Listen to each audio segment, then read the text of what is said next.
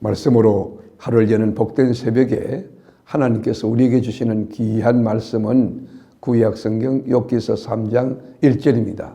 온라인으로 동참하는 여러분도 다 함께 성경을 펴주시고 같이 말씀을 읽어주실까요? 그 후에 욥이 입을 열어 자기의 생일을 저주하니라. 아멘. 욥기서 3장은 별로 유쾌한 내용이 아닙니다.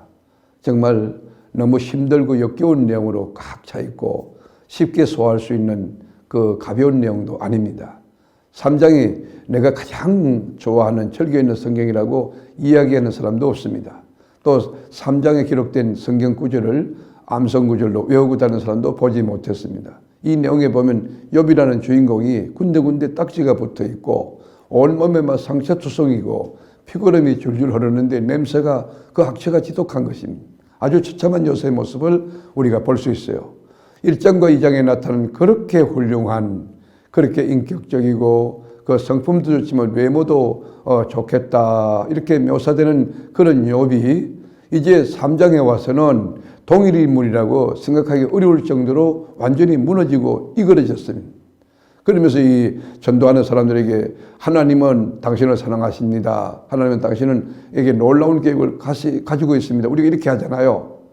그 하나님이 세우신 계획이 무엇이냐 이렇게 물으면 욥을 통해서 설명한다고 한다면 아마 다 도망갈 거예요. 여러분 예수 믿고 난 뒤에 구원 얻고 그리고 이 질병도 사라지고 마음의 평화도 있고 또 가정도 형통하고 직장생활도 잘 되고 결혼도 행복하고 경제로 유족하고 자녀들도 잘 된다.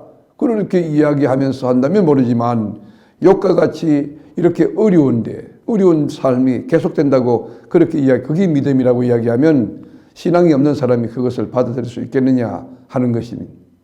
여러분 욥이 지금 이 시대에 태어나서 병원에 입원했다고 가정하면 아마 병원 그 출입구에 그 병문 그 룸에 방문객 사절 그런 편말을 그런 옷을 가능성이 있습니다.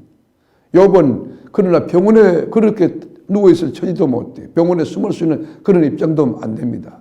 공개적으로 열려있는 장소에 주저앉아 있는 것이에요. 지나가는 개도 보고 소도 보고 말도 보고 다 볼 수 있는 그런 오픈된 장소에 내팽개친 것입니다. 그에게 더 깊은 고통을 안겨주었던 것은 육체적인 고통도 이유가 되겠지만 보다 더 근본적인 더 본질적인 이유는 하나님의 침묵입니다. 의롭게 살았는데 믿음으로 살았는데 근데 하나님이 침묵한다. 여러분 지금 천상에서 일어난 하나님의 그 어전회의에 대한 내용은 욥은 모르고 있잖아요. 그러니 정말 미칠 노릇이죠. 하나님의 위로의 말씀도 없고 하나님의 그 따뜻한 격려도 없고 아무것도 없는 가운데 그러니까 욥이 살기 너무 힘드니까 입을 열어서 그는 자기 생일을 저주합니다. 그 후에란 말은 뭐냐면 이 아주 혹독한 시련이 시작한 7일이 지난 다음에 그런 뜻이에요. 그 후에 입을 열었어요.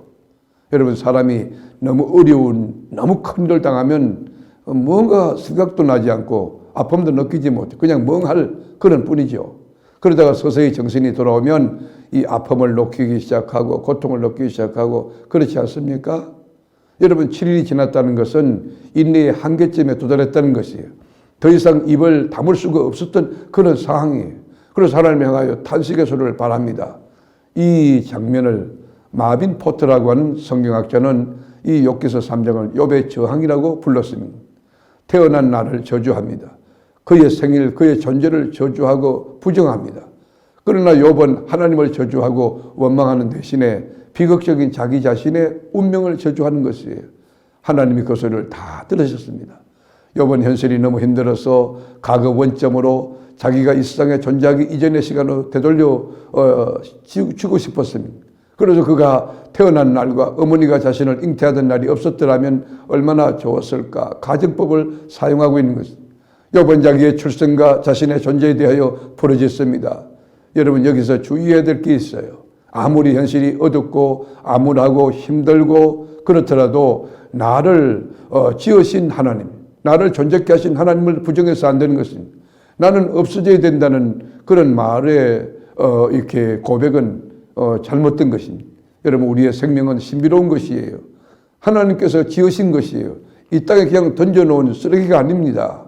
아무도 돌보지 않는 버려진 것 같지만, 연약한 것 같지만, 무직한 것 같지만, 무력한 것 같지만은 그렇지 않습니다. 하나님이 우리에게 엄청난 계획을 갖고 계시는 것입니다.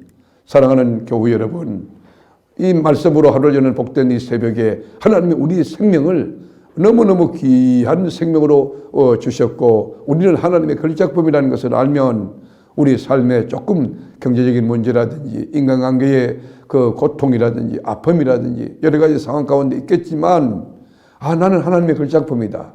이 땅에 유일무이한 존재다. 나는 귀한 사람이야.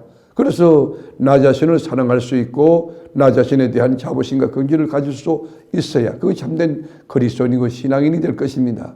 말씀으로 하루 여는 복된 새벽, 사랑하는 교우 여러분, 여러분은 존재 가치가 있습니다. 여러분을 위해서 하나님이 죽으실 수 있었고 죽을 만한 가치가 있는 하나님 자리가 여러분인 것을 기억하고 자존감을 가지고 자중요감을 가지고 오늘도 이야 신난다. 주님이 나와 함께 사신다. 승리하는 그런 삶을 살아내는 믿음의 거장이 되시기를 주님의 이름으로 축복합니다. 기도하겠습니다. 주님 고맙습니다. 이 땅에 보내주시고 하나님 자녀로 살게 하시고 하나님을 경외하며 믿음으로 살 수 있도록 저희들에게 하나님을 믿는 신앙을 주셨으니 감사합니다. 하나님 오늘도 주님의 영광을 드러내고 우리 주님의 기쁨과 자존심이 되는 거룩한 은혜가 우리 삶 가운데 이루어지도록 주님 성령의 능력과 권능과 용기와 믿음을 더하여 주옵소서. 오늘도 성립케 하시는 나의 구주, 내 사랑하는 예수님의 이름으로 기도드립니다. 아멘.